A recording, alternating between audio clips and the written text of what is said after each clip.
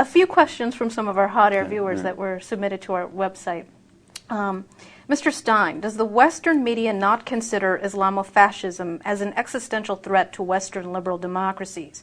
Well, I think they basically see themselves in an adversarial relationship to the state, and particularly to not actually, in fairness, not just to conservative governments, because they basically undermined and destroyed the great white hope of Tony Blair's new Labour government in Britain. So, in fairness, they basically destroyed the one credible left-of-centre government in the Western world. And I think the reason they do it is in part because they are genuinely culturally relativist. That's just the way the media think of themselves.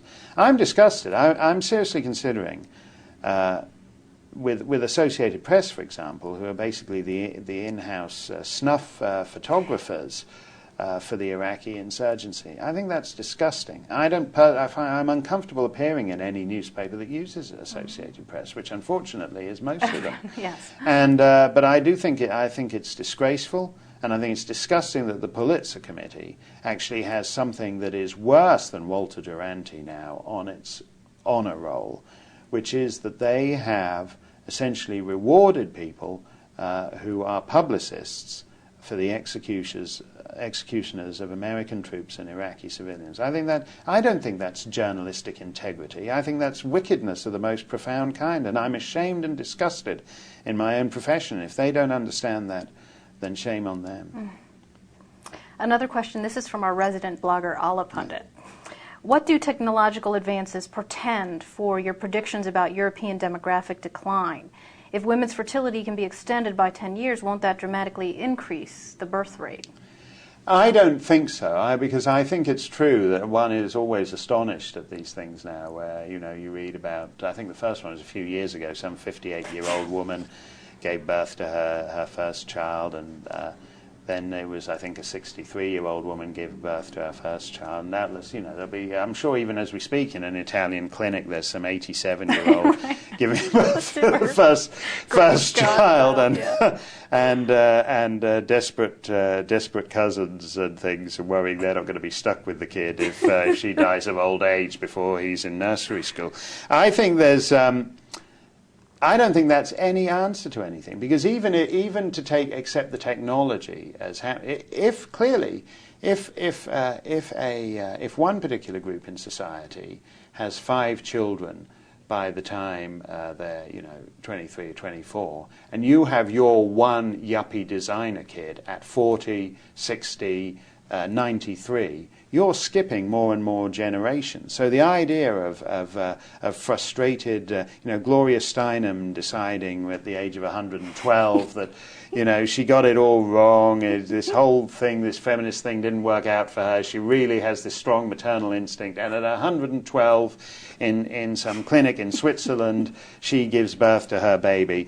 That still means that Gloria ought to be a great grandmother by now, and she skipped all those generations. That's not going to answer. That's not going to solve the demographic problem. Right.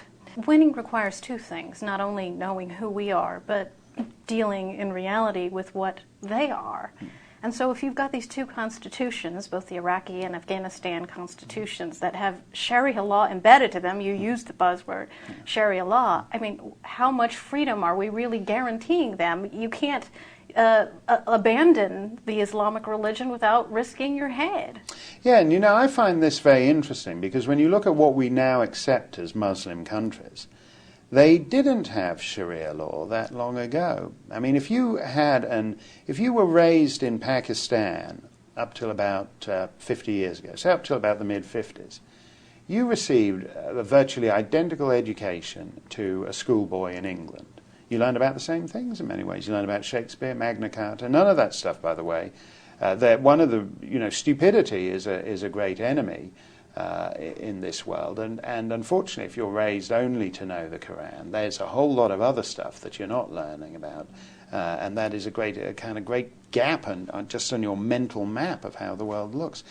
But as I said, 50 years ago, a Muslim in Pakistan would have received a broadly similar education to an Englishman or a Scotsman. Same with a guy in Sudan.